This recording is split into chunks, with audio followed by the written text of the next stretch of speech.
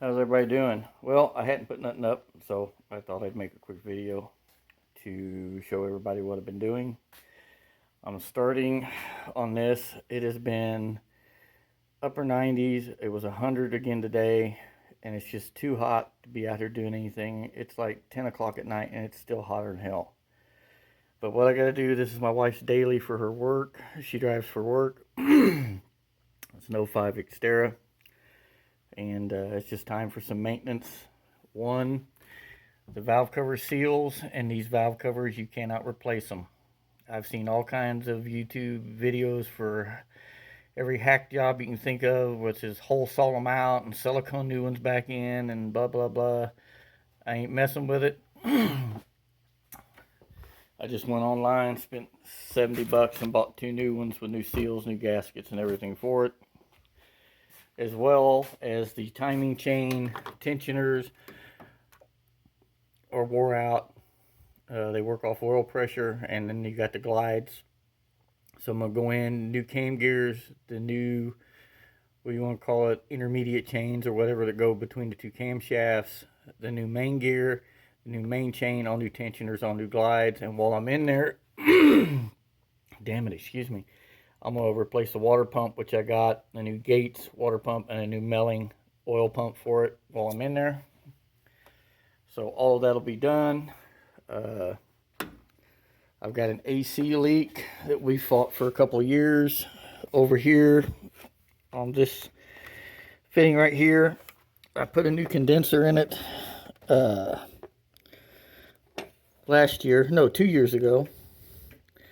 And the bracket, the rubbers are just worn, so I'm going to replace those. I've got those, and new upper and lower radiator mounts. Get a new air filter in it. Just general maintenance, change oil and everything in it. But this is something I've never done. I've got a repair manual on it. I've got whole shelves full of repair manuals. But I've sat and read through it a couple times. I've watched some videos online of guys that have done it, and it doesn't seem to be that difficult. The most important thing is make sure you keep all your timing marks lined up. So when you do the main chain, that these two don't walk on you. So, and I've got the tools to clamp the chains and everything so they can't move. It's not the first overhead cam motor I've ever worked on. As for the S10, everything's fine on it. I took it out Sunday, 2 weeks ago, not this past Sunday, but Sunday before. My wife and I took it out. We had to make a little run to the store, so I just took her in this. The truck did absolutely remarkable. No problems whatsoever. I turned the boost up on it 12 pounds. The truck's a beast. The truck's a beast. We did end up jetting the carburetor up a little bit, and I'll go over that more in another video. We replaced the master cylinder, as you know. Let me turn on the light here. As you know, I had trouble with it leaking out of the caps. This is from Motion Raceworks. It's a Strange Engineering master cylinder, which works so much better with the four-wheel disc brakes, and it'll work even better with the new brakes that we're going to put on the front. 3/8 stick plate at the firewall, much better push rod setup. It's 3/8. It's got a Heim joint with the bearing in the end that goes on the pedal, rather than my old one was just a chunk of steel with a hole in it, and a little 5/16 push rod.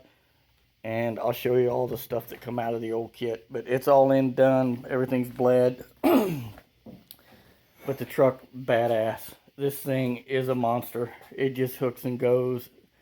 It makes unreal torque. Everything worked perfectly. The truck goes straight. I can't complain one bit about it.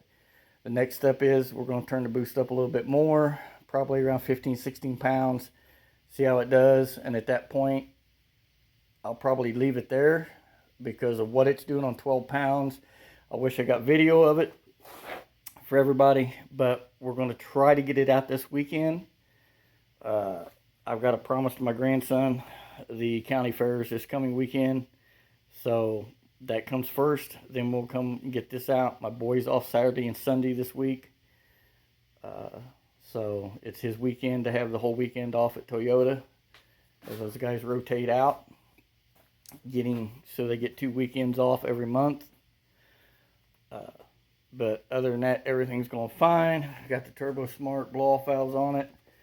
I've got the springs put in the gates, the Turbo Smart gates. I just got to change them out. But the VS Racing gates are working fine. But like I said, they got tile guts in them. So other than that, everything's working good. AFRs are good now with the jet change. If the boost goes up, we might have to jet it up again. I don't know. We'll cross that bridge when we come to it. Got the intake air temperature gauge in and the sending units in it that I made in that one video. One above, one down here below. Everything's fine. It's staying cool below the carburetor.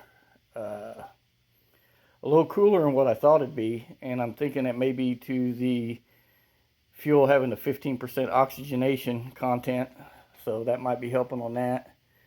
But I'm completely happy with it. Completely happy with it. Truck goes straight. It leaves good. The suspension back there is working so much better now with the anti-roll bar and the fact that the shocks have a full range of travel. So now it's to just keep proceeding upward with everything. Maybe turn the boost up, I said again.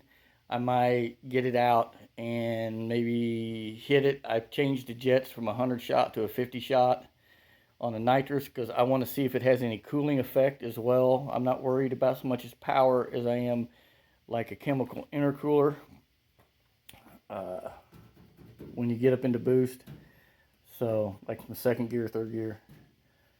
So, but other than that, the truck's fine. It's good to go. We just got to get video of it. So, but between working on this, bought the grandson a big 55-gallon fish tank and these little salamanders called axolotls.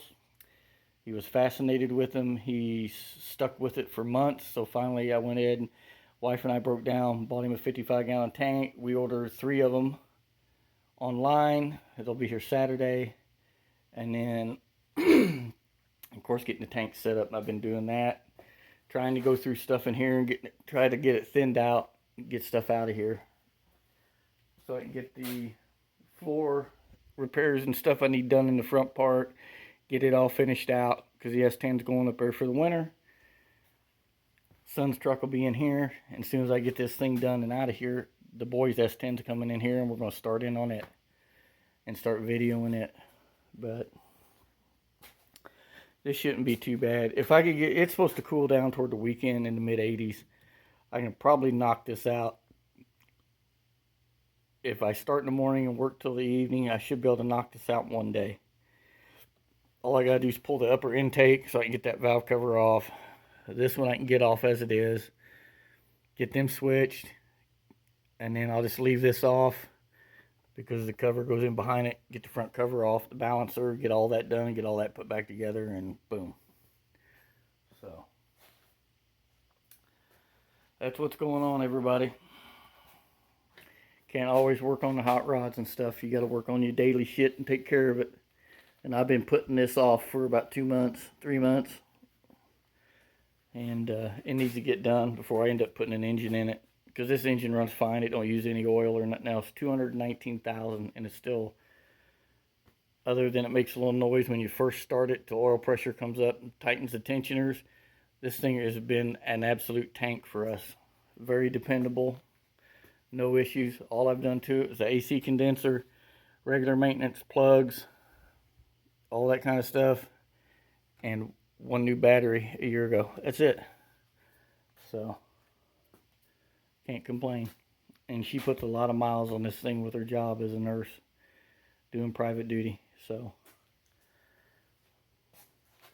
that's what's going on. So everybody stay safe. God bless. And when I get the video done on it, hopefully this weekend. And I bought a draggy so we can know what the truck's doing. I spent the money and bought a draggy. So if anybody knows what a draggy is, you know what it can do. So, but that'll give us kind of a good idea of what the truck's doing as far as 60 foot, 330, eighth mile, quarter mile, whatever I want to do. It'll record all of it and show it, and they're pretty accurate from what I've seen online. So that's the game plan so far. Again, stay safe, God bless, and when I have something else to show you, I'll video it and put it up. Thanks.